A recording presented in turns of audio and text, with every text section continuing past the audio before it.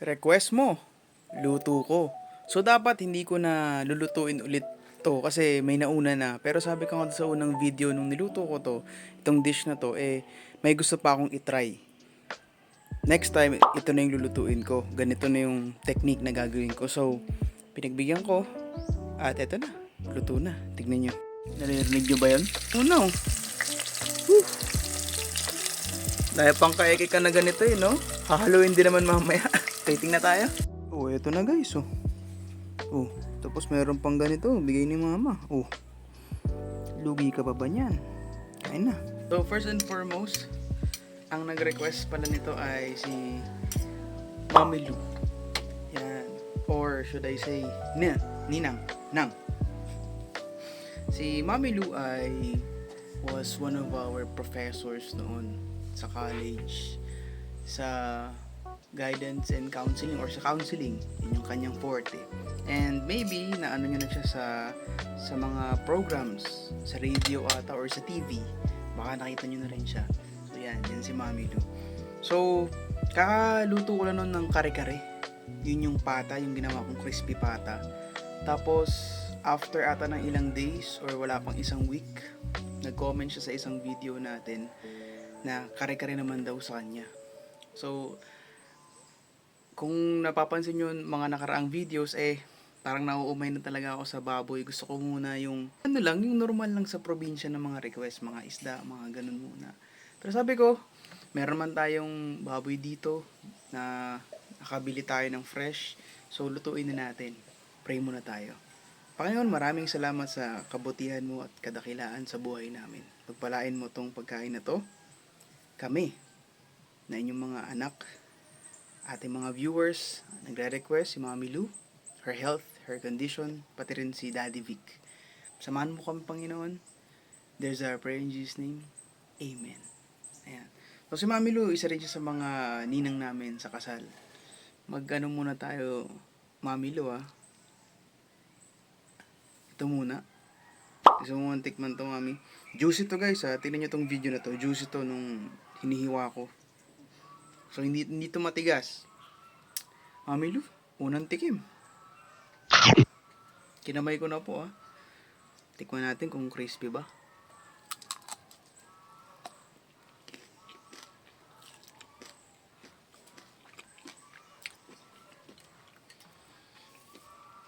Yung baboy pa lang, for me, well seasoned na siya. Wala akong special na ginawa dito Pinakuluan ko lang, may tanglad, may asin, yun na yun. And then pinag-rest ko siya. Hindi sobrang tagal yung kulo Tapos ayun. Alam mo yung may malambot siya pero may chew pa din. So kahit na matagal siya dun sa kumukulong mantika nung deep fry or finray na natin siya, hindi siya tumigas.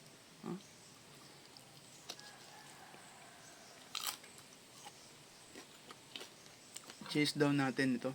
Ito pala guys ay merong puso ng saging. Finally, meron tayong puso ng saging. Then lagyan natin ng konting alamang. Mami Lu, medyo malaki-laki to, Mami Nang unang tikim, pang chase down dun sa meat.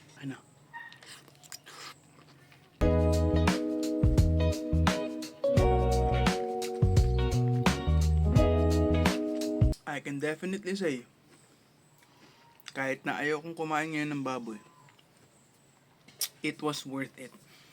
Kasi, compared doon sa luto ko nun, which is wala pang isang buwan, mas gusto ko to. Unang-una sa lahat, yung puso ng saging. It made the difference. Sobrang laki ng difference kapag may puso ng saging at wala yung isang kare-kare. So ano nga bang pinagkaiba? Paano ko nga ba ito niluto? Bakit mas trip ko to, mas nasasarapan ako dito aside dun sa ingredients. So ang ginawa ko muna nung niluto ko to, para lang sa mga hindi pa nagluto ng kare-kare or gustong malaman bakit juicy pa rin yung baboy, bakit yung broth din nito lasa na rin dun yung eggplant tsaka yung pechay. Kasi ang ginawa ko, after kong pakuluan yung baboy, tinanggal ko siya dun. And then habang kumukulo pa siya, habang mainit na mainit pa yon, yung pinagpakuluan ng baboy, dun ko na rin binlanch yung eggplant and yung pechay. So, naka-incorporate na, walang nutrients na nawala. And then, ang ginawa ko, nung ginasa ko na yung sibuyas at bawang, and then nilagay ko yung puso ng saging na hiniwa ko, nilagay ko, after kong ginisagisa ko lang siya, and then nilagay ko na yung broth. So, yung broth may lasa na mismo siya, may pagkatanglad, tas medyo may alat, onting asin. After nun, so ibig sabihin nun, wala na tayong ginamit na cubes, no? Pork cubes or anything, or pampalasa, wala na tayong nilagay. And then, yun nga, yung ginamit ko rin last time is yung mamasitas. Yun na rin yung nilagay ko kasi mainit naman yung tubig. Hindi ko na siya dinosolve. Diretsong lagay ko na siya. Halo-halo. And then, nilagyan ko na siya ng peanut butter. Yung nagamit ko na peanut butter dito, yung sa garapon, yung Lilis. Medyo mahal nga siya. Yun yung ginamit din natin yung last time. Mas marami yung nilagay ko. So, yung tubig din nito, since medyo marami yung broth, mas malabnaw to. Pero sa totoo lang, malabnaw man or malapot na kare-kare, kare-kare is kare-kare.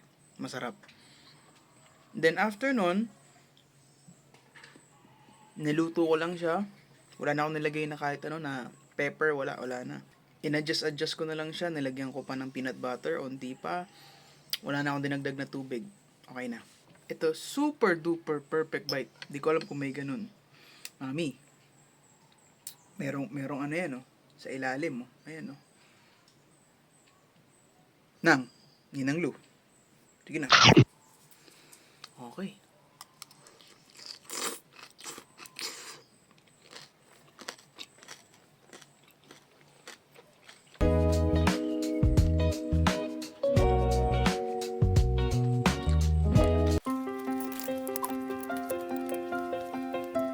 Legit, 100%.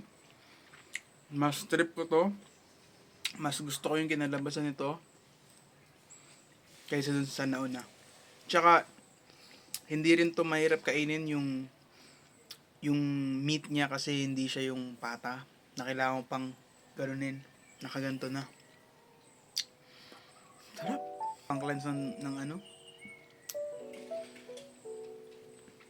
O mami, tikman mo yung gawa ni mama. Okay. Para siyang mango tas pomelo.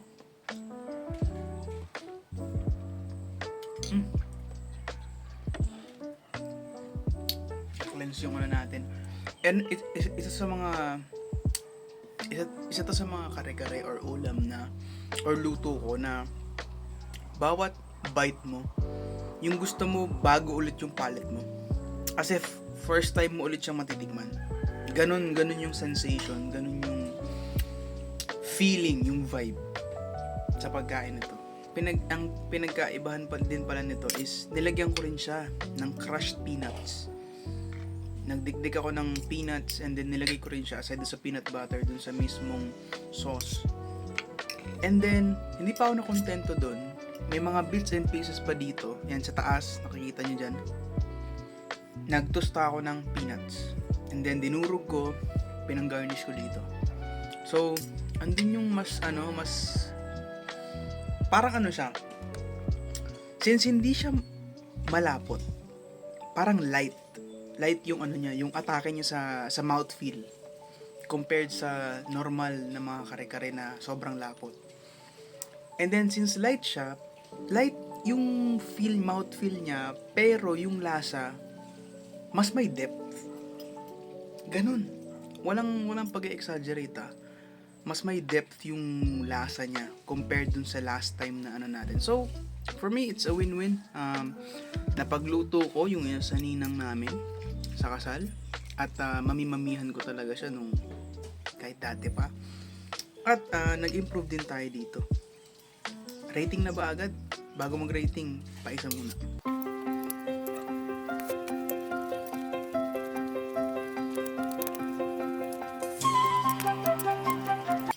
Isa pa ulit.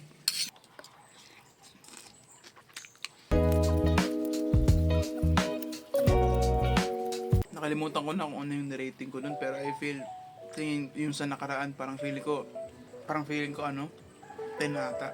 Pero magkaiba sila ng ano, pero pareha silang masarap eh. Pero for me, mas bet ko to. So, officially ang rating natin automatically it's 10 out of 10.